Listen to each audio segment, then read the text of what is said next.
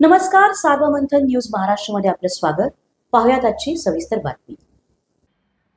अहिल्यानगर जिल्ह्यातील राहुरी येथील सौ भागीरथीबाई तनपुरे प्राथमिक विद्यालयात इयत्ता 3री व 4थीच्या वर्गासाठी शालेय मंत्रिमंडळ निवडणूक प्रत्यक्ष मतदानाच्या प्रक्रियेद्वारे उत्साहात पार पडली।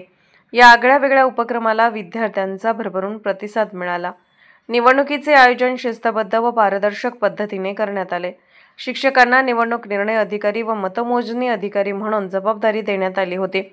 मतदारांची ओळख पटवणे, बोटाला शाई लावणे आणि मतदान गोपनीयतेने पार पाडणे अशा सर्व टप्प्यांची अंमलबजावणी विद्यार्थ्यांनी केली। शालेय मंत्रिमंडळ निवडणुकीत आयुष घुगे, आरुष तनपुरे, वेदांत काळे, आराध्या फुलसौंदर, आराध्या शेवाळे, हर्षाली सप्रे, श्रुती गाडे आदी विद्यार्थी निवडणूक रिंगणात उतरले होते। मतदान प्रक्रिया पार पडल्यानंतर निकाल जाहीर करण्यात आला। शालेय मंत्रिमंडळ निवडणुकीत आयुष धनेश घुगे व श्रुती योगेश गाडे हे विजयी झाले। विजयानंतर त्यांचे अभिनंदन करण्यात आले।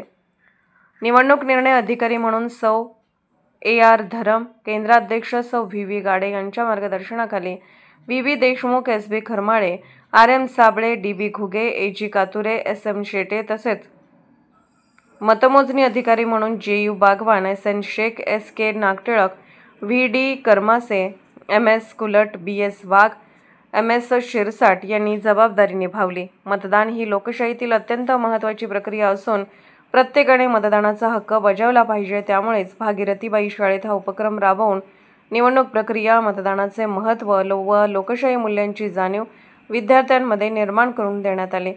पालकांनी या अनोख्या उपक्रमाचे कौतुक केले। मात्र या शाळेतील मतदान प्रक्रियेतून विद्यार्थ्यांच्या कलागुणांना व त्यांना लोकशाहीचे धडेही या शाळेत गिरवले जात असल्याचे निदर्शनास आले।